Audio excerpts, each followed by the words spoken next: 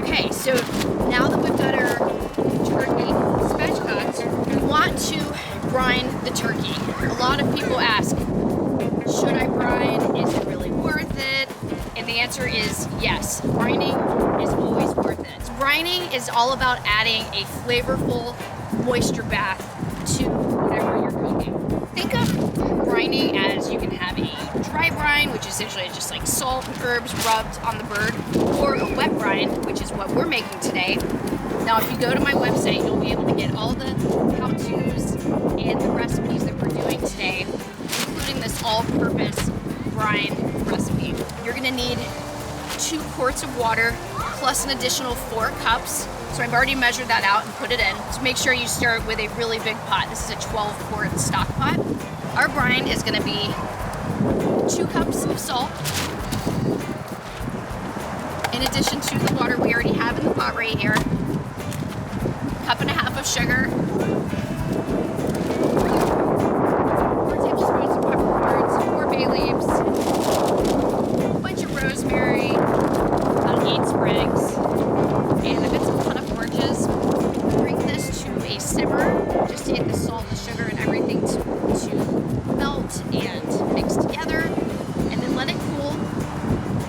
So the next step is to brine your bird overnight for 24 hours and let it take a nice trip to the spa.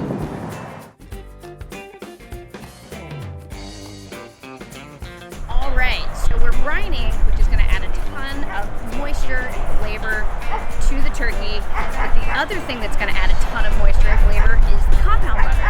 So I'm a big fan of using compound butters to put under the skin of different poultries I cook, because it's a great way to moisturize the meat while also adding a ton of flavor.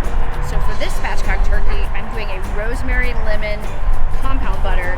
And if you look at my blog, or have been following my blog for a while, you know I'm a big fan of rosemary and lemon together, because the earthiness of the rosemary and the citrus of the lemon, they really come together to pack a flavorful punch, and they really complement each other in so many different ways. So I've got a 1.5 sticks of butter.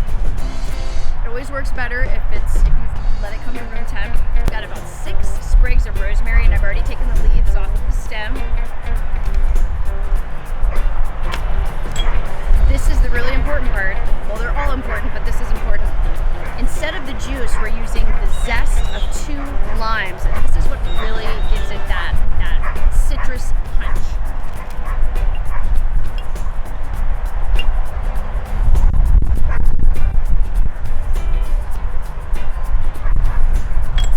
And last but not least, a tablespoon of salt.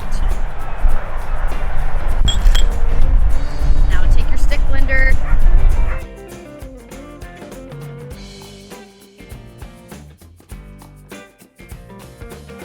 So now we've got our compound butter. Let's put it on our turkey.